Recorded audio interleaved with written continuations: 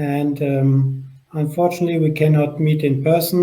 Maybe in the future this will be again. I remember my visits in Panama and also the other South American countries, and as usually I am asked to discuss some topics of lymphoma.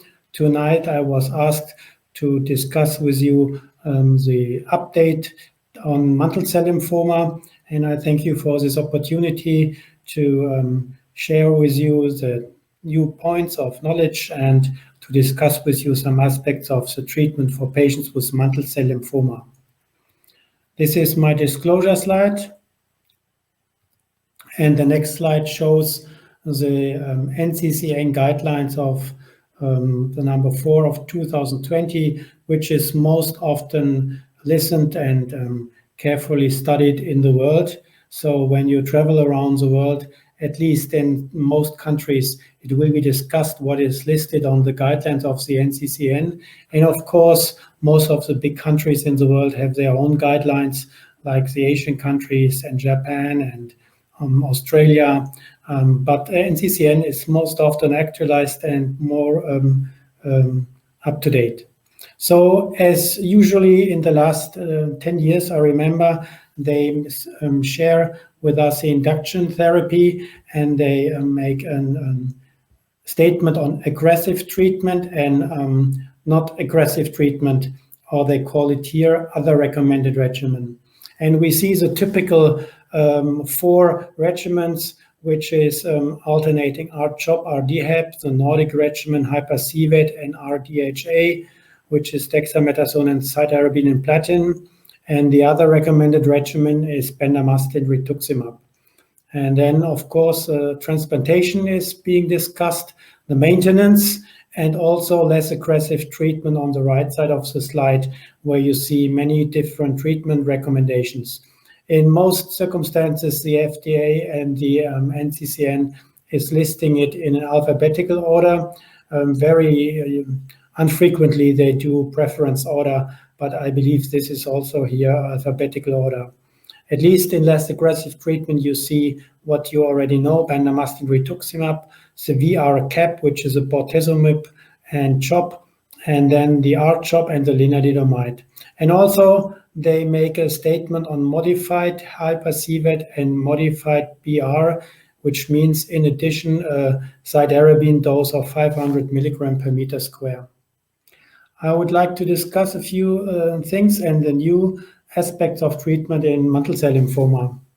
So I will make a few statements which you already know, which have not changed in the last decade, on how I make induction treatment in younger patients, in elderly patients, what is new on lenalidomide, rituximab, and bortezomib. And then I will show you the latest data on ibrutinib, LOXO-305, another selective BTK inhibitor, the one CAR T-cell product, anti-CD19, KTE-X19, and one abstract and recent data on the B-specific antibody mosunetuzumab. It all started to implement high-dose cytarabine with a study from the Nordic lymphoma group, and they implemented in between a typical CHOP, high-dose RSC, and you see here below, that is what you practice in your clinic, 3 grams per meter square, 4 infusions, and when patients are above 62 grams per meter square, 4 infusions, this is called high-dose cytarabine. And with that, they were able to demonstrate an improved disease control, shown here in a better event-free survival, and also an improved overall survival, and that was compared to the previous CHOP regimen without high-dose RSC. So that is the reason why everybody in the world believes that high-dose cytarabine is a very important issue in the treatment of mantle cell lymphoma. And then they have shown an updated overall survival, and then finally they showed that the median overall survival is up to 13 years, and that is of course the best result ever published in a mantle cell lymphoma study, also because it has a very long follow-up. So they found what the median overall survival is with a long follow-up in this study, which is already known since the publication in the New England Journal of Medicine by the French study group, that they have induced the patient with 4 cycles of RDHAP and then made an autologous stem cell transplantation with RBEAM, but then came to the question if a rituximab maintenance treatment is giving any benefit to the patient, and therefore they strictly randomized rituximab maintenance against observation after stem cell transplantation. So that is the role of consolidation. Is there any role with maintenance? And of note, they used a slightly different maintenance, which is in the mantle cell lymphoma disease here for 3 years compared to 2 years, what we know from follicular lymphoma. But the interval every 2 months is the same. And the results were often shown in international meetings and published in the New England Journal. The disease control, which is here progression-free survival, was clearly superior with a p-value of smaller than 0.005 in favor of the maintenance. And also the overall survival was statistically significant better. And also here you see a relevant improvement for patients when they have been treated with a maintenance treatment. Of course, not all patients can go through the 3-year maintenance. This is what we know from all the other patients in indolent lymphoma and in other diseases where we use the maintenance treatment. And of course, maintenance treatment now has some new aspects when you start a maintenance treatment during the COVID-19 pandemic, because we have not seen any patients who responded to vaccines under treatment with rituximab. And of course, treatment with rituximab, once you have an infection with COVID-19, is a big risk factor that you have problems to survive the COVID-19 when you are under rituximab ongoing treatment. Of course, we have different results seen in Germany, different experiences, but at least this is going to be discussed in every new patient if we really are convinced that the maintenance should be implemented for the young patients. At least from the data, it is very clear that we should offer maintenance for the young patients. So that is a result of this LUMA trial, that the event-free, progression-free, and overall survival was improved by adding rituximab maintenance for 3 years. Also old data, but still used around the world, that the bendamustine rituximab found its place once it was compared in a randomized way to the CHOP rituximab. It was superior to the CHOP rituximab, and this was then later confirmed by an American study group. However, they only looked for the complete response rate, but you see in the yellow letters below in the slide, the complete response rate for BR was higher than with R-CHOP and R-CVP. That was another confirmation, together with the improved disease control for the bendamustine rituximab in elderly patients, or as we say, in patients who are not eligible for high-dose treatment. BR then was randomized against R-hyperCVAD, which is a very interesting study. And the goal was to make stem cell transplantation in both groups, R-hyperCVAD followed by high-dose methotrexate and RSC followed by stem cell transplantation, or just up to 6 cycles BR and stem cell collection with cyclophosphamide and then stem cell collection. The investigators had the fearing that there maybe will be an impaired stem cell collection outcome after bendamustine. Therefore, they concluded if there would be a failure of higher than 10%, the arm will be closed, and they felt it was a necessary thing in order to have consideration for maybe a poorer stem cell collection after bendamustine rituximab. But in fact, it was not with bendamustine, but more with hyperCVAD that they could not collect stem cells enough, and so they closed the study prematurely, because after R-hyperCVAD, it was not possible in more than 10% of the patients to collect stem cell, while out of 35 patients, only 2 in bendamustine could not collect stem cells. Though the number of patients was rather small, but in the end, they looked for the disease control and for the overall survival and did not find a difference between BR and hyperCVAD and stem cell transplantation in both circumstances. So that gives us at least an impression that even stem cell transplantation is feasible and manageable after bendamustine rituximab. How further to improve bendamustine rituximab? I have presented it often around the world, and most countries have adopted this. If a patient is not eligible for stem cell transplantation but fit enough for a treatment a little bit more intense than just bendamustine rituximab, you can add cytarabine with a dose of 500 milligram per meter square on 3 days. While doing that, you should decrease the dose of bendamustine from 90 to 70, and then you have a very effective treatment, which has its hematotoxicity, which is a little bit more severe than just bendamustine rituximab. You see here grade 4 thrombocytopenia occurs in 36%, and neutropenia 35%. This is a little bit more what you would see with bendamustine rituximab alone. But the efficacy is a very, very high PET-CT negative complete response rate of 93%. Of course, this study was never randomized as the RBAC against BR, so we just would speculate, but in Germany we also believe that the RBAC is probably a treatment which has even a better outcome than the BR alone.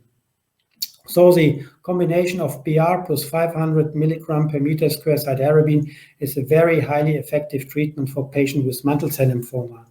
We have asked the question if the 2-year maintenance, we selected 2 years in the old days when we started this study 10 years ago in mantle cell lymphoma. So in patients not eligible for stem cell transplantation, we randomized also after the induction treatment with 6 cycles BR if maintenance treatment with rituximab would have a benefit for the patients. So it was not a very big study. It was 60 patients in each arm, and the median age was 70 or 71, and the median PFS disease control was 43 months for all patients. But when we then show the differences between maintenance and not maintenance, we see that there is no statistically significant difference between the blue and the red curve. And the blue curve is maintenance, the red curve no maintenance, and this is not statistically significant. And when we have a look at the overall survival, we also see no difference between 2 arms, but in fact, the red curve is no maintenance, the blue curve is with maintenance, and here in the overall survival, it even looks that there are a little bit more death rates in the maintenance treatment. However, of course, not statistically significant difference, but also this picture does not give us any hint to use maintenance in elderly patients after BR. This study was often discussed. It is like it is. Maybe it was underpowered, but the results are very clear. And in Germany, it's widely used, the BR or the RBAC, without maintenance in elderly patients. Another study which came to the New England Journal was the incorporation of bortezomib, because bortezomib has shown single-agent activity in mantle cell lymphoma, and so they replaced the vincristine in the CHOP regimen, and then they call it VR-CAP and randomized to R-CHOP.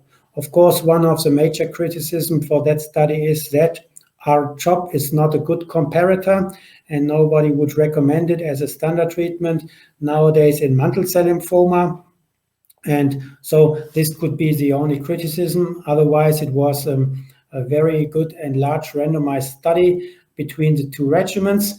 And we see here that the incorporation of bortezomib, which replaced the vincristine in the R-CHOP, was superior to the R-CHOP alone. But also what we could see here is that the median PFS with R-CHOP is only 14 months. And so this is, of course, very inferior and not a good comparison to such an inferior treatment. And the median PFS with VR-CAP was 25 months. Also here we would expect something better with other treatment lines.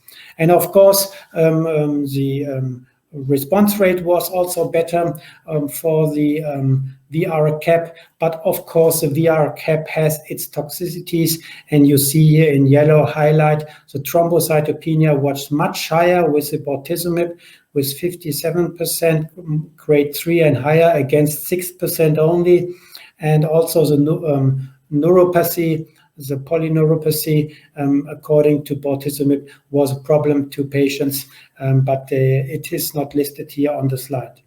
Ibrutinib, it's an approved agent in most countries of the world as a single agent.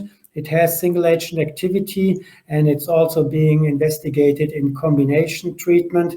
And we all know the New England Journal paper by Michael Wang, where he treated ibrutinib in heavily pretreated patients, even patients refractory in 45% to refractory to all other treatments before, a median of 3 prior treatments, and the overall response rate of just ibrutinib single agent was 68% with a median PFS of 14 months. And that, of course, then made a standard for relapsed patients that you can use ibrutinib as a very effective treatment in relapsed and refractory mantle cell lymphomas. Of course, also here, ibrutinib alone would not be maybe the final objective. We would like to combine it with chemotherapy, and therefore that was the next logical step, that they did this one randomized trial. 520 patients were randomized between BR plus placebo, followed by rituximab placebo, maintenance rituximab, and the other arm consisted BR plus ibrutinib, followed by rituximab plus ibrutinib for maintenance. And this study was fully recruited years ago. It is event-driven, and that may explain why the study was not yet published. I don't know if they will show the results at this upcoming ASH meeting. And when it was not published until today, it means that there were not enough events to show the final objective and primary objective of the trial. And as we remember, in most circumstances, it is that the calculated number of events were lower, and mostly it happens because the comparator arm is better than expected. So this is just speculation. I will wait for the result, and I am very, very interested and curious what the results will be of that randomized trial, which is challenging the standard BR in elderly patients. LOXO 305 is a next generation highly selective BTK inhibitor, was used in previously treated mantle cell lymphoma, Waldenström disease, and other non-Hodgkin lymphoma, and was presented by Michael Wang, who is one of the famous investigators in mantle cell lymphomas. And he showed that he treated 60 patients with mantle cell and 26 with Waldenström disease, and they were all heavily pretreated and had a refractory and progressive disease when they were included into the trial. And this is a waterfall plot of the LOX05 in mantle cell lymphoma. And we see very clearly that in the majority of patients, the LOXO305, the BTK inhibitor, showed a good response. Some patients did not respond. I remember it's a heavily pretreated patient group. The overall response rate was 52%, and also some ibrutinib non-responder and progressive disease on ibrutinib were included in that, and also CAR T-cell therapy as a prior therapy was included. I then just mentioned CAR T-cell therapy, and again you see the first investigator is Michael Wang when he presented an anti-CD19 CAR T-cell treatment with the KTE-X19 in patients with relapsed refractory mantle cell lymphoma. This is the ZUMA-2 study where he treated mantle cell lymphoma heavily pretreated. So it was overall response rate as a primary endpoint, but also the key secondary endpoints, the duration of the responses, and it was an optional bridging treatment allowed, and then the conditioning treatment, as you see here on the slide, with fludarabine and cyclophosphamide, and then one single dose of CAR T-cell. And on day 28, it was then the first assessment of the response.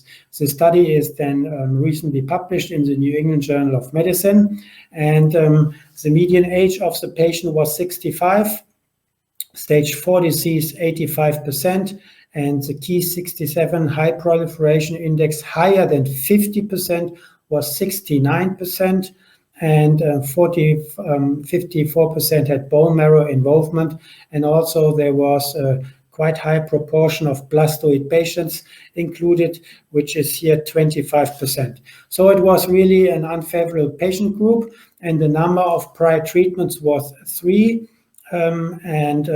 Of course, patients most often were pre-treated with anthracycline and bendamustine and the rituximab, and also had BTK in 100% of the patients, and 68% of the patients were refractory to BTK inhibition.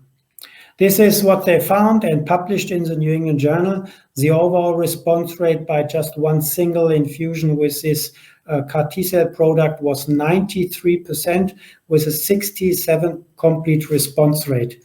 And the median follow-up of that study is at this time 12 months. This is 1 year. This is just one case, what we all, as clinicians always would like to see. You see here in the baseline, the PET-CT shows a huge disease burden, and even after 1 month of CAR T-cell product, you see that the patient have achieved a complete response, which was stable then until the 12th month. This is the median progression-free survival and overall survival, which was not reached after the median follow-up of 12 months. And this is as I showed it in the New England Journal publication. I showed you the curves and the complete response rate and the overall response rate of 93%. Of course, CAR T-cell treatment is associated with some higher toxicity, and we see here in the grade 4 adverse events that you see some neutropenia, thrombocytopenia, but also hypoxemia and encephalopathy and hypokalemia, and some other very life-threatening toxicities, which is of course very well known when you decide to go to the CAR T-cell treatment. In Germany, CAR T-cell treatment is only possible at the moment in centers who do allogeneic transplantation. So it's a highly selective hospitalization necessary when you do CAR T-cell treatment in the patients. What is, of course, a problem with the CAR T-cell maybe is a cytokine release syndrome. And we see here that grade 3 and higher occurred in 15%, and tocilizumab was needed to be given in 59%. And in the studies we do at the moment in Germany with these products, we already use the tocilizumab when you see grade 1 cytokine release syndrome, which is hard to define because it's just a clinical evaluation. If you see a clinical cytokine release syndrome grade 1, and then you give immediately tocilizumab and have to monitor the patient very closely. Neurological event also is a complication of this CAR T-cell product and needs tocilizumab. Neurological events grade 3 and higher were seen in 31%. And that is also a cerebral edema and MRI of the brain necessary. It's a very life-threatening event in the CAR T-cell treatment. In conclusion, this CAR T-cell product, a single infusion, has achieved a high rate of durable responses, 93% overall response. The safety profile is consistent when Michael Wang have presented it to all the prior studies, Zuma 1, Zuma 3 of the anti-CD19 CAR T-cell products.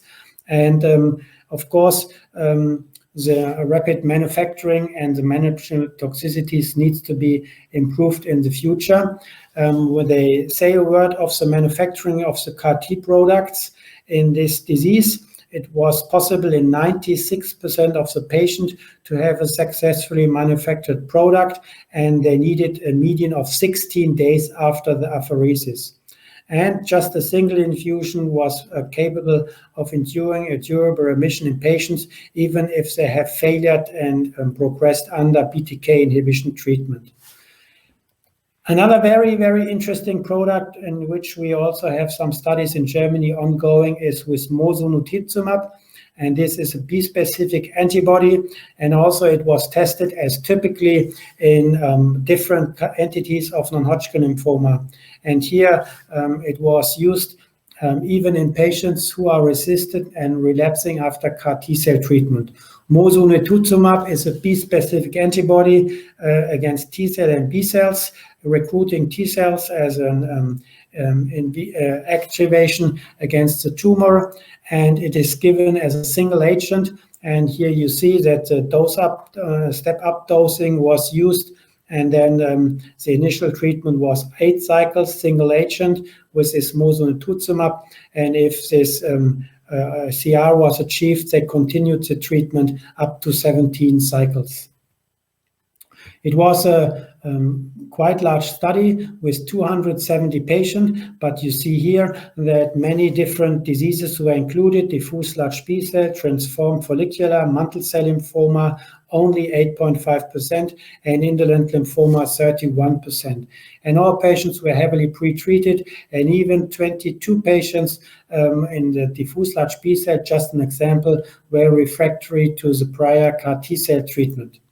What then, of course, is the first thing what we would compare if such a treatment has the same CRS, cytokine release syndrome frequency, but it is clearly lower. It can happen, but with a grade 3 and higher was only seen in 1.1%, and tocilizumab was only used in 3%. So in respect of this CRS, it is clearly less toxic than the CAR T-cell treatment, and also the neurological adverse events comparable to the CAR T-cell product is by far lower, observed with a grade 3 and higher of 3.7%.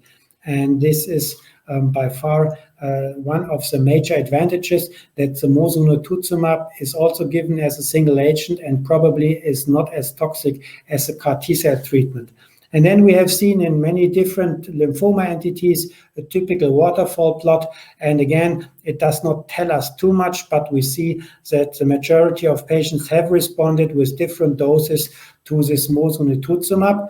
And therefore, some studies are ongoing with mosunetuzumab, and the company Roche has 2 B-specific antibody, clafitamab and mosunetuzumab. They are going to investigate both anti-CD19 B-specific antibodies in many different disease entities, lymphoma, and we are very curious what will be the future with these compounds. So I would then conclude in the end that in mantle cell lymphoma, we have to say, yes, survival is much better compared to the last 20 years, but still mantle cell lymphoma cannot be cured. And the high-dose cytarabine, stem cell transplantation, maintenance, and bendamustine are the 4 cornerstones of the treatment strategy.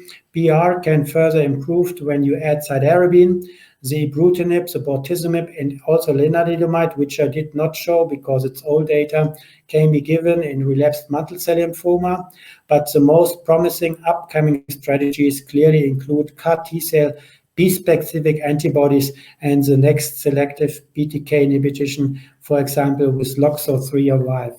With that, I would like to thank you for your attention, and I hope that I have shared with you my knowledge, what is new with mantle cell lymphoma. Thank you very much.